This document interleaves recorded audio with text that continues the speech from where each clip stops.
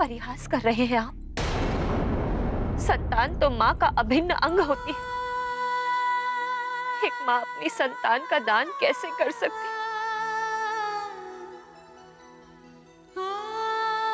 वैद्यराज, आप मेरे पुत्र को स्वस्थ कर सकते हैं तो? हम इसे स्वस्थ करने के लिए ही आए हैं, किंतु आपको अपना वचन निभाना होगा।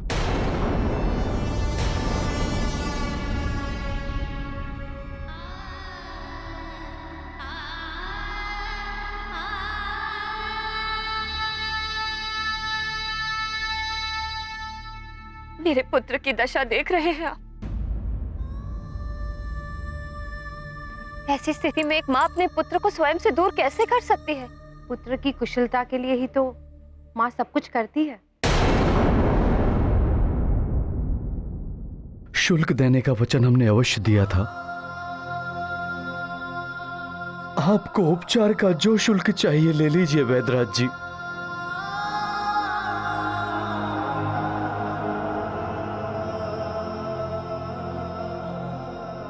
किंतु माता पिता की पीड़ा को समझिए।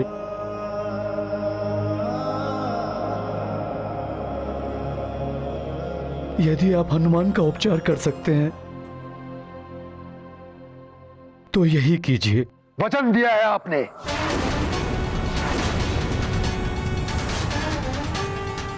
अब आज अपने ही वचन से विमुख हो रहे हैं।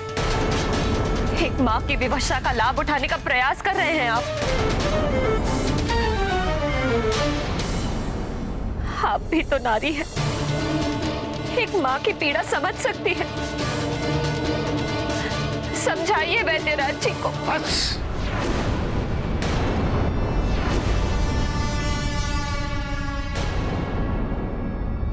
बहुत हो गया अपमान हमारा। वचन न निभाने का परिणाम अनर्थकारी भी हो सकता है। परिणाम चाहे जो भी हो, मैं अपने पुत्र को स्वयं से दूर नहीं करूंगी। वचन देना ही नहीं चाहिए यदि आप वचन निभा ही नहीं सकती।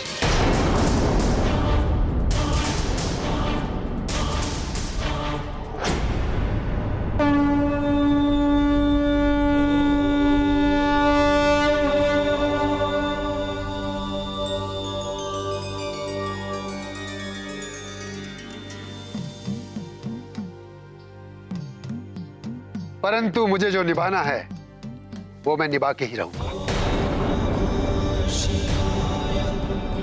सर्वनाश कर दूंगा अयोध्या का, हाहाकार मचा दूंगा अयोध्या में। हाहाकार मचाने के लिए तत्पर है ये माल्यवान। आप आदेश दें लंकेश। राक्षसवीरों आगे बढ़ो। रुक जाओ लंकेश।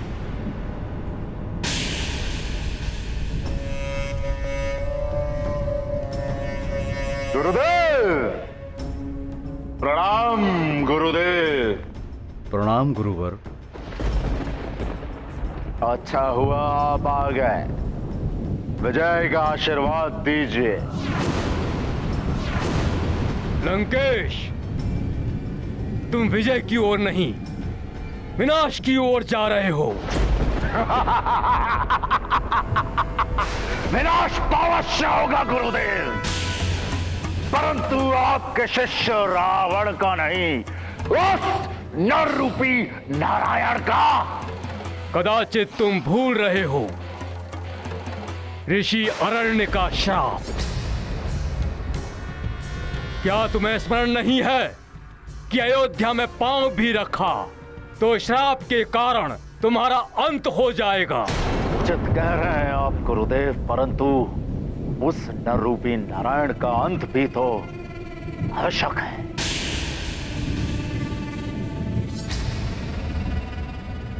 रावण, मैं दैत्य हूं, दानवों और राक्षसों का गुरु। इन सब की आशा भरी दृष्टि तुम पर टिकी हुई है दशानन। इसलिए तुम्हें कोई भी विवेकहीन कार्य करने से रोकना मेरा कर्तव्य है। आपका कथन सत्य है गुरुदेव, परंतु यदि तुम्हारे हाथों उस नारायण के अवतार की मृत्यु होगी तो वो अयोध्या में नहीं हो सकती।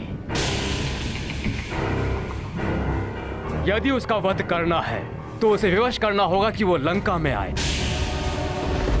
तुम्हारे हाथों उसकी मृत्यु लंका की भूमि पर ही हो सकती है और कहीं नहीं। यही विधि का विधान है लंकेश।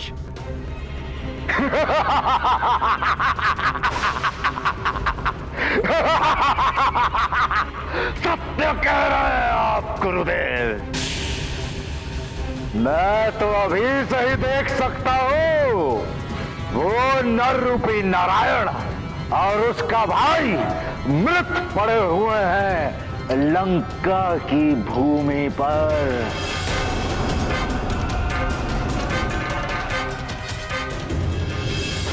मैंने स्वयं उन्हें अपने इन्हीं हाथों से मृत्यु दी है।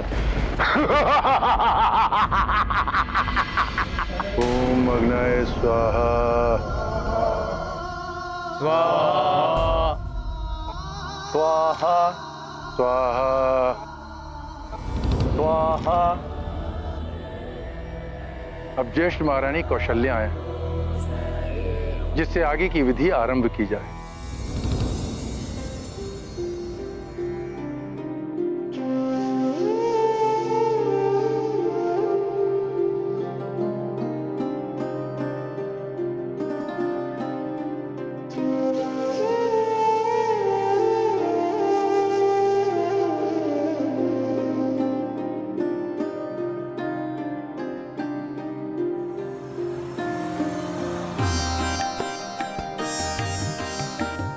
आपको यज्ञ के लिए बुलाया जा रहा है ज्येष्ठ रानी जी।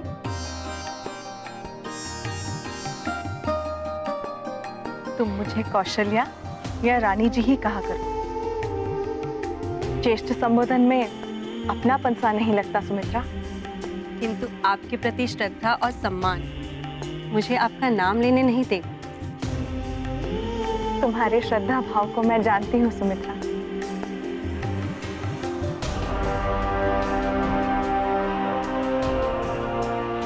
कैकई अभी तक नहीं आई, यज्ञ आरंभ होने वाला है। आप पहुंचिए और यज्ञ विधि आरंभ कीजिए।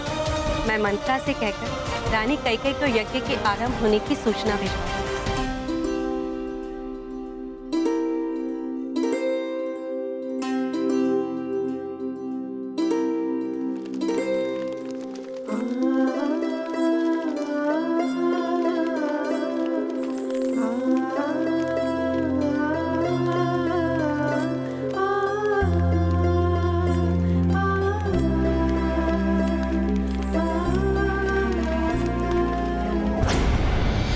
लंकेश, प्रणाम दैत्य गुरु। दूत,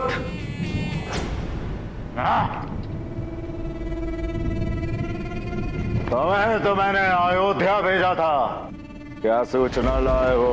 लंकेश, अयोध्या में समस्त सूर्यवंशी निरति यज्ञ कर रहे हैं। उन्होंने शपथ ली है जब तक यज्ञ चलेगा तब तक कोई भी सूर्यवंशी अस्त्र शस्त्र नहीं उठाएगा।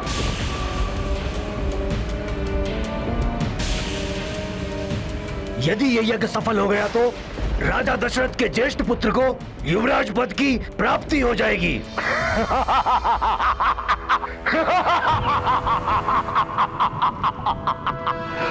प्रसन्न कर दिया तुमने रावण को गुप्तचर। शुभ संकेत है ये तो। अब रावण से अयोध्या के सूर्यवंशियों और नर रूपी नारायण को कोई भी नहीं बचा सकता।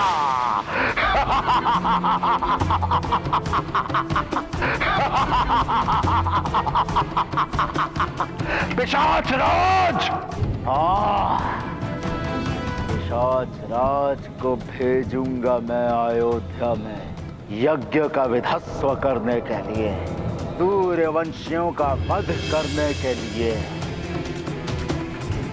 और फिर उस नर रूपी नारायण का अपहरण करके उसे यहाँ लंका में लाने के लिए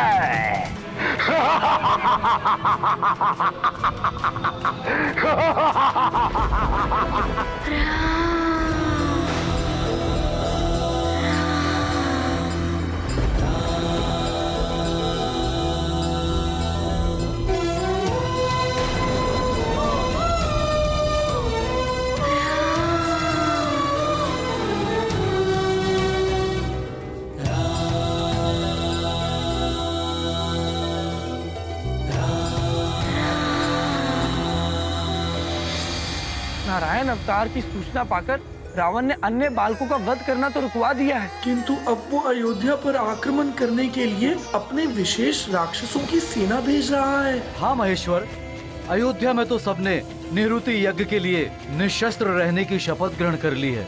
अब प्रभु श्री राम की रक्षा कौन करेगा? आप सबकी चिंता निरर्थक नहीं। इस स्थिति में प्रभु राम की रक्षा एकमात्र हनुमान ही कर सकता है।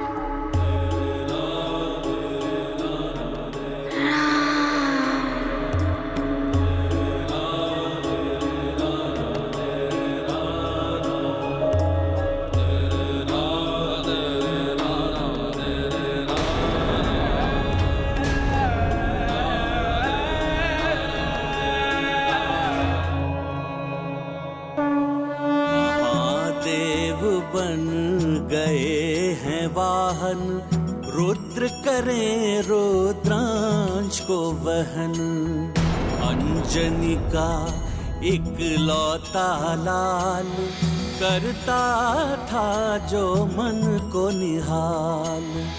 माँ का जीवन धन हनुमान, बिछुड़े जैसे निकसे प्राण। माँ के अश्रु हो रहे व्यर्थ, हनुमत को बस राम से सुनना सबका, करना मन का मंत्र, यही है मंथरा का। महारानी कैकेयी, यज्ञ में कितने अतिथिगण उपस्थित होंगे? कुछ तो साज श्रृंगार कर लीजिए। हाँ रानी जी, ज्येष्ठ रानी जी ने ये वस्त्र और आभूषण भेजे हैं आपके लिए। आज के दिन के लिए ही तो उन्होंने विशेष रूप से आपके लिए बनवाए थे। इन्हें धारण करके आप बहुत सुंदर लगेंगी। सुंदर दिखकर मैं क्या करूं? मेरा राम वो तो उदास, और जब तक राम उदास है मेरा मन कैसे लगेगा साज श्रृंगार? किंतु महारानी कैकेयी, इस प्रकार वहाँ महाराज के सामने पुराने वस्त्रों में। मैं ऐसी ही भली सेविकाओं, ये साज श्रृंगार का सामान तुम सब ले जाओ। किंतु मैं रानी जी को क्या उत्तर दूंगी? उन्हें उत्तर मैं दे दूं। जाओ तुम सब।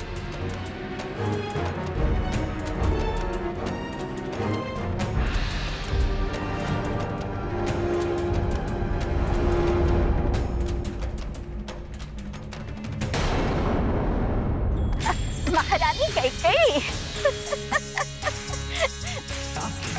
सुनना सबका, करना मन का। महारानी कैकेयी, आपसे बड़ी अभिनेत्री तो पूरे संसार में नहीं होगी। लगता है भरत मुनि से नाट्य शास्त्र का प्रशिक्षण लिया है आपने। मंत्रा, तुम तो मेरे मन के मंत्र को भली भांति जानते, तभी तो मंत्रा नाम है तुम्हारा। वो तो ठीक है महारानी कैकेयी, किंतु तनिक सच सवर लेती।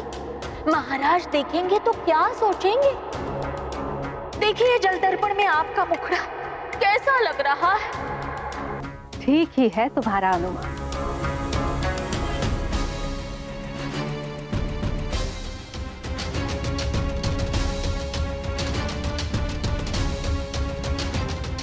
हमारे भलाई के लिए इस यज्ञ का रोकना आवश्यक है। उस यज्ञ स्थल पर जाकर ही हम ये उपाय ढूंढेंगे कि यज्ञ भंग कैसे किया गया। हाथ मेरा अनुमान।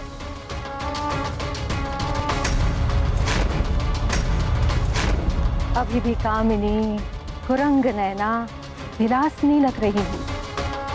मंत्रा, महाराज के लिए मेरी इतनी सुंदरता भी पर्याप्त है। चले? सुनना सब चलो।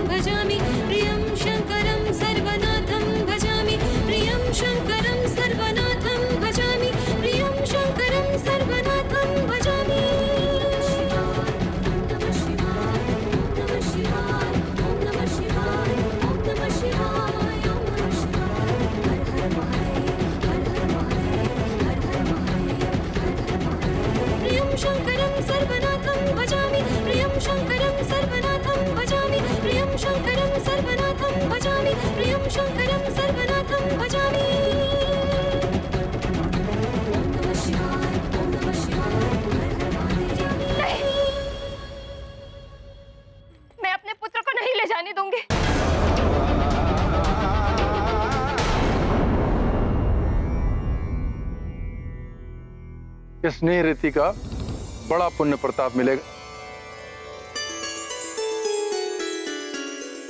जीवन मार्ग निष्कंटक रहेगा।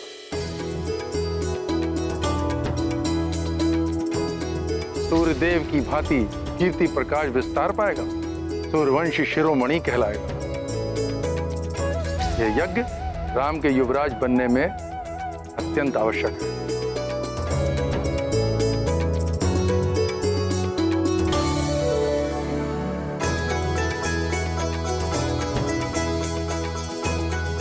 और यदि निरीति यज्ञ में किसी भी प्रकार का विघ्न पड़ा और यह यज्ञ रुक गया तो राम कभी युवराज नहीं बन पाएंगे।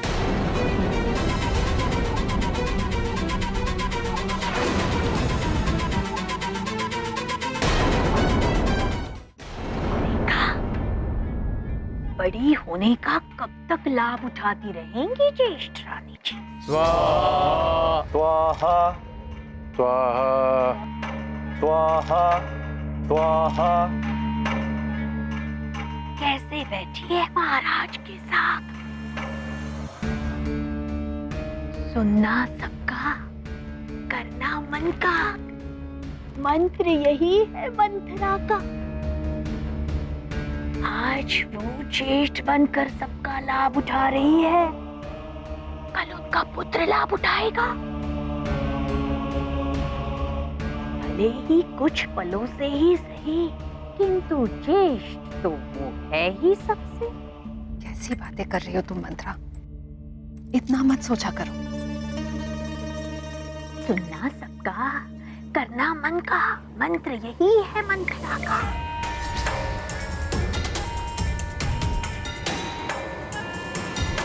देखिए कोई मेरी बात सुनता नहीं, किंतु मंथरा का मंत्र तो यही कहता है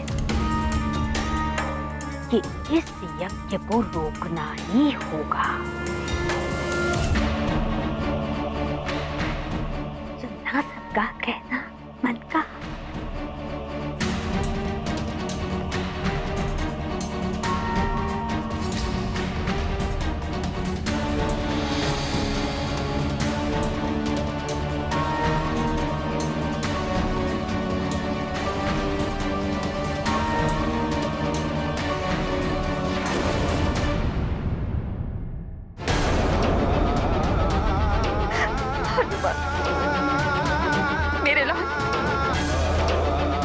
किसी को अपने से दूर नहीं ले जाने दूंगी।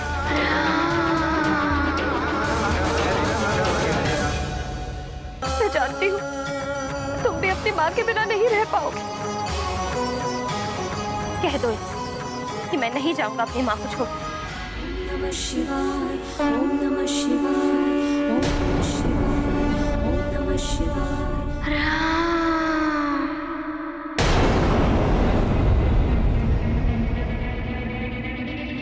कह दो इनसे, कह दो कि तुम नहीं जाओगे।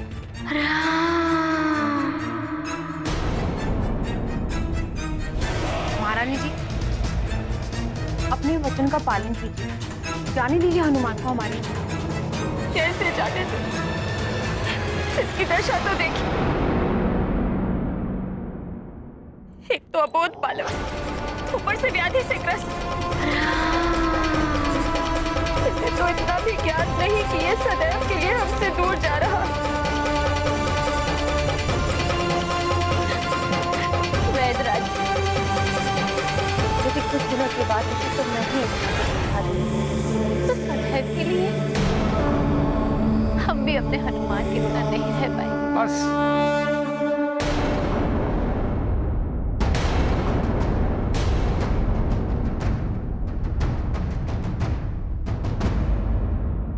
आप सब अपराध कर रहे हैं वचन तोड़ने का।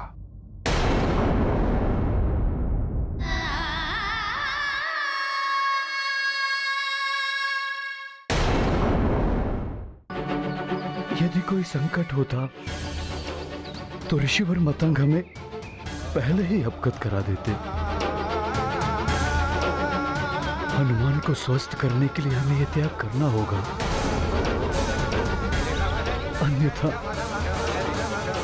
यदि हनुमान अस्वस्थ रह गया तो क्या होगा?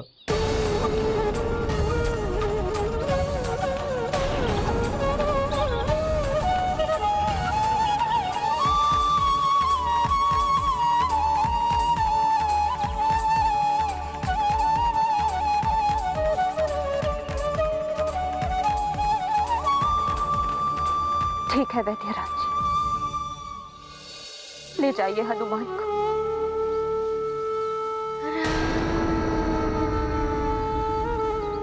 किंतु मेरे पुत्र के साथ ही मुझे भी साथ ले जाइए।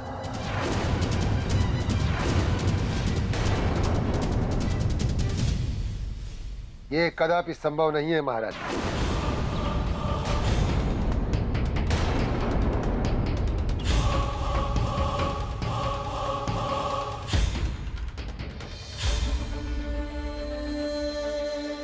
देवी, आप तो एक माँ की पीड़ा का आभास कर सकती हैं। आप समझाइए वैद्य जी को, कोई माँ अपने पुत्र के बिना कैसे रह सकती है?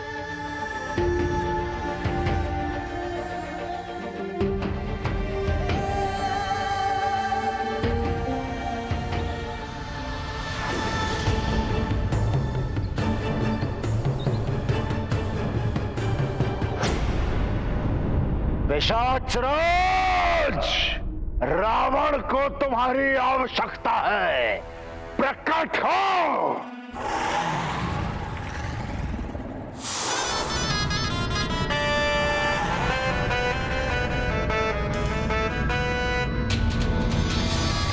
प्रणाम लंकेश, आपने मुझे स्मरण किया। अवश्य ही कोई विशेष कार्य होगा। पिशाचराज, तुम्हारा प्रिय कार्य है पूजा और यज्ञ में विघ्न डालने का। वही करना है तुम्हें। अयोध्या जाकर वहां पर होने वाले यज्ञ को विध्वंस करना है तुम्हें, और फिर अयोध्या नरेश के ज्येष्ठ पुत्र का अपहरण करके उसे यहाँ लंका में लेकर आना है। बस इतना सरल कार्य? सरल कार्य नहीं है ये। सरल कार्य समझने की भूल ना करना इसे। दशरथ का ज्येष्ठ पुत्र महाछल्य नर रूपी नारायण है। वो छल और बल से कभी भी तुम्हें दुविधा में डाल सकता है, इसलिए सावधान कर रहा हूं मैं तुम्हें। आपका कार्य हो जाएगा लंकेश। अमावस्या की काली रात्रि काल बनकर आएगी अयोध्या के लिए और उसी रात महाआक्रमण होगा अयोध्या पर।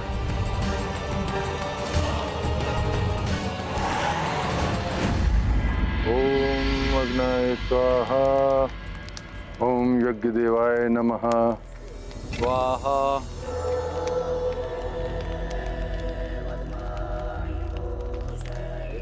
राजन, कौशल कुमारी, आप दोनों ने संकल्प कर अपने कर कमलों से यज्ञ आरंभ कर। अब आप राजकाज हेतु उठ सकते हैं। आगे की विधि के लिए आवश्यकता पड़ने पर आपको पुनः बुला लिया जाएगा। बस आपको यज्ञ संपन्न होने तक अहिंसा के प्रण का पालन करना होगा। जैसे आपकी आज्ञा गुरुदेव। मात्र मैं ही नहीं, संपूर्ण अयोध्या इस वचन का पालन करेगी। प्रणाम गुरु। कल्याण।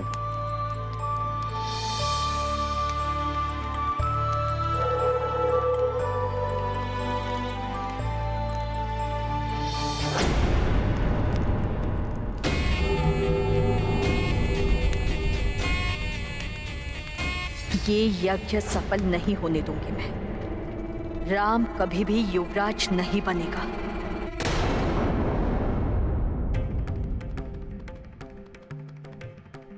अर्थात आप सब में कोई भी ऐसा नहीं है जो मेरी पीड़ा समझ सकता है। आप सबको मेरी पीड़ा दिखाई नहीं देती।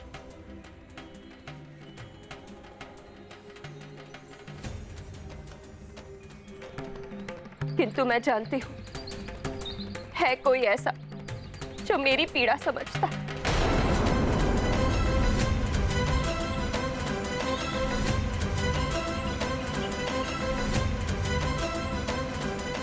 जिसने सदैव मेरे दुख हरे हैं। महारानी जी, आप जो कर रही है सोच विचार कर ही करें।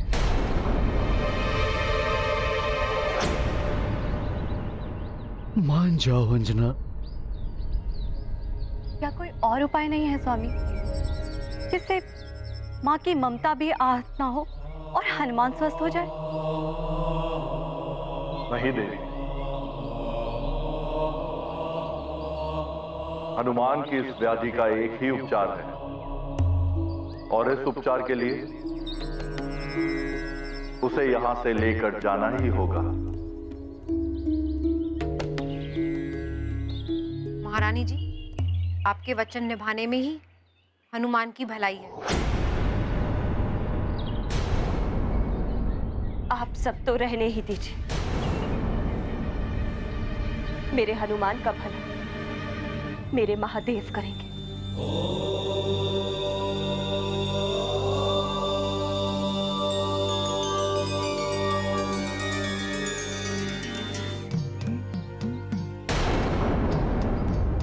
द्वारिकाधीश, माँ के लिए इससे बड़ी दुख की बात और क्या हो कि उसे अपने पुत्र को सदा के लिए स्वयं से दूर भेजना पड़े। किसका क्या कर्म होगा, कौन कब किस पथ का अनुसरण करेगा, ये सब नियति ही निर्धारित करती है। इसीलिए यदि नियति ने हनुमान को राम से मिलाने का, उनके साथ रहने का विधान किया है, तो ये होकर ही रहेगा प्रिय। हनुमान को अपने परिवार, प्रजाजनों और सुमेरु को छोड़कर जाना ही पड़ेगा।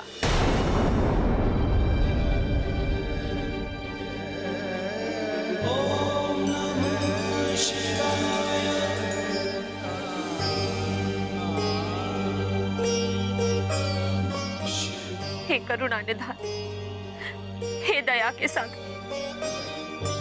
दया करिए प्रभु। मेरे जीवन दीप की ज्योति है मेरा हनुमान। मेरे हृदय का प्राण है हनुमान। उसे पूर्व की ही भांति सामान्य कर दीजिए, जिससे कि मुझे हनुमान को वैद्यराज जी के साथ न भेजना पड़े। कृपा करिए प्रभु, कृपा करिए।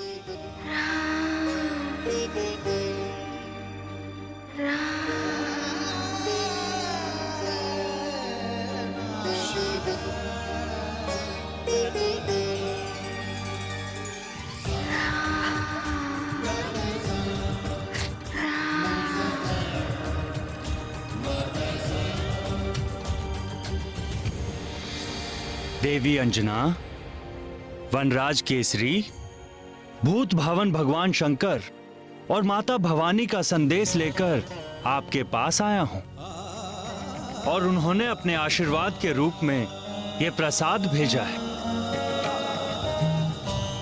हे करुणा कर, हनुमान आपका ही आशीर्वाद है मेरे लिए।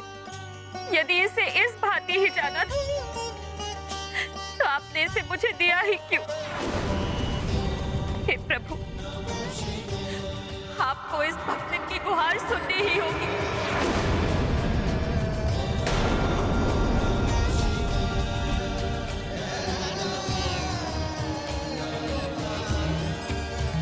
मेरे पुत्र को स्वस्थ कर दीजिए, स्वस्थ कर दीजिए मेरे पुत्र, कृपा कीजिए। स्वस्थ कीजिए मेरे पुत्र को, ठीक कीजिए उसे।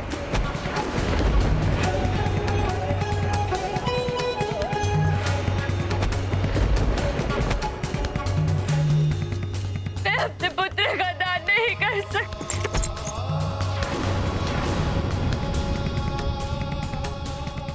आपको मेरे पुत्र को स्वस्थ करना ही होगा। मेरे पुत्र को स्वस्थ कर दीजिए।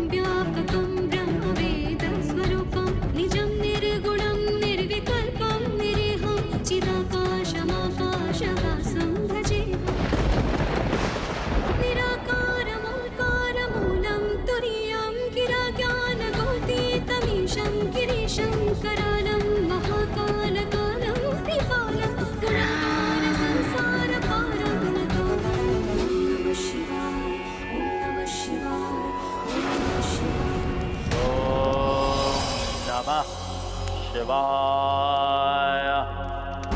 ओम नमः शिवाय। ओम नमः शिवाय। अब उस नारायण के नर अवतार का अंत निकट है। देव घातक एक अग्नि अस्त्र प्रकट हो।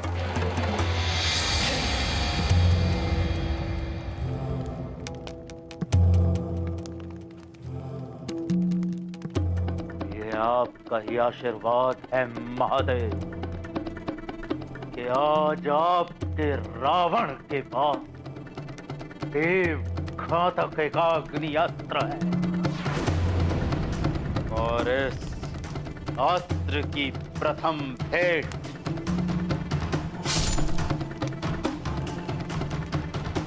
आपके चरणों में समर्पित है।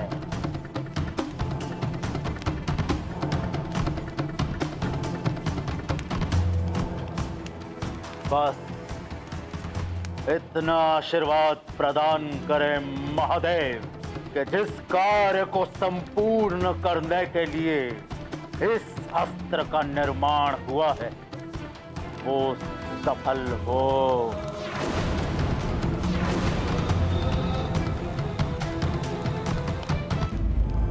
बोलिए नाना श्री, क्या समाचार लाए हैं आप?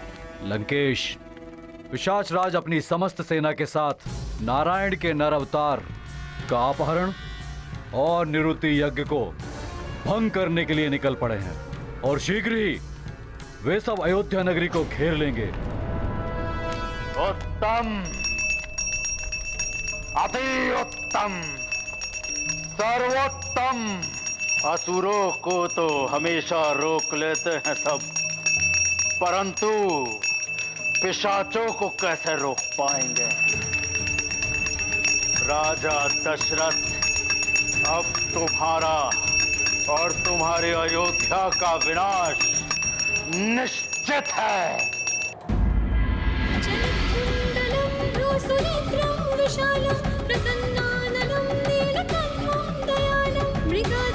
चरमाभरं मुण्डमालं प्रियं शङ्करं सर्वनाथं भजामि। प्रियं शङ्करं सर्वनाथं भजामि।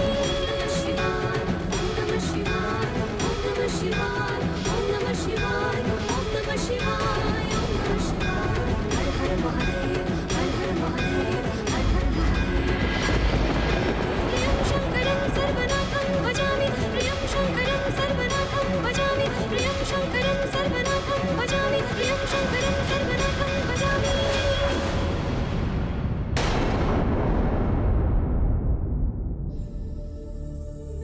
हे देवाधिदेव, मैं अपने पुत्र का दान नहीं कर सकती। आप मेरे पुत्र को स्वस्थ कर दी।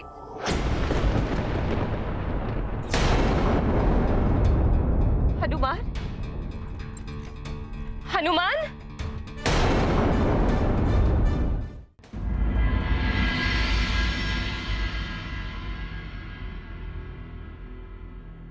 क्या चाहती हो तुम कौशल्या? तुम्हारे उतावलेपन से राम के भविष्य का नाश हो जाएगा। स्वामी, मैं तो मात्र इतना चाहती हूँ कि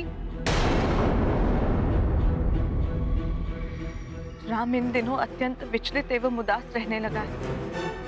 हमें सर्वप्रथम उसके स्वास्थ्य के विषय में सोचना चाहिए। किंतु यज्ञ के समापन के विषय में भी हमें सोचना है। तुम्हें स्मरण नहीं, कुलगुरु वशिष्ठ ने क्या चेतावनी दी थी? यदि यज्ञ में कोई बाधा आ गई तो राम कभी युवराज नहीं बन पाएगा।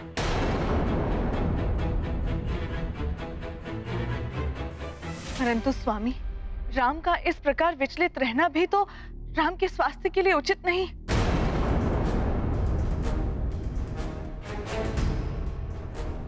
तुम चिंता मत करो, राम शीघ्र स्वस्थ हो जाएगा। मैं कुछ करता हूं।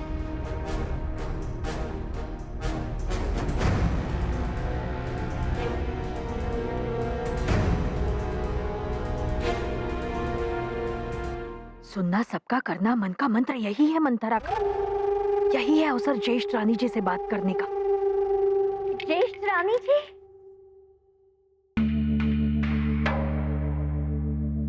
प्रणाम ज्येष्ठ रानी जी।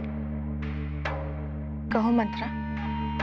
असत्य बात आए तो जीवा कट जाए। पुत्र ही तो सब कुछ है ज्येष्ठ रानी जी।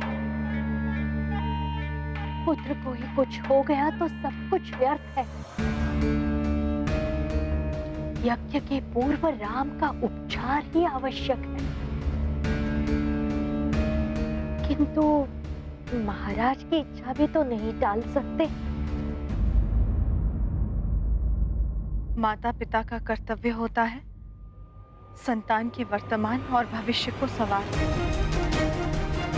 महाराज की दृष्टि राम का भविष्य संवारने पर, और मैं राम का वर्तमान संवारने का प्रयत्न कर रही हूँ।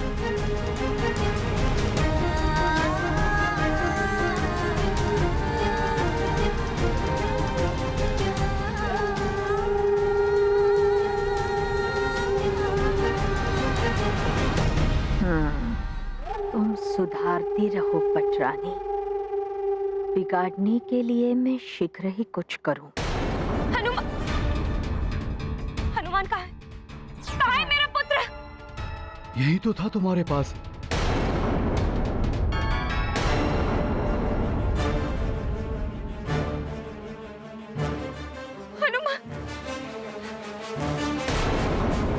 हनुमान में मुझे छोड़कर।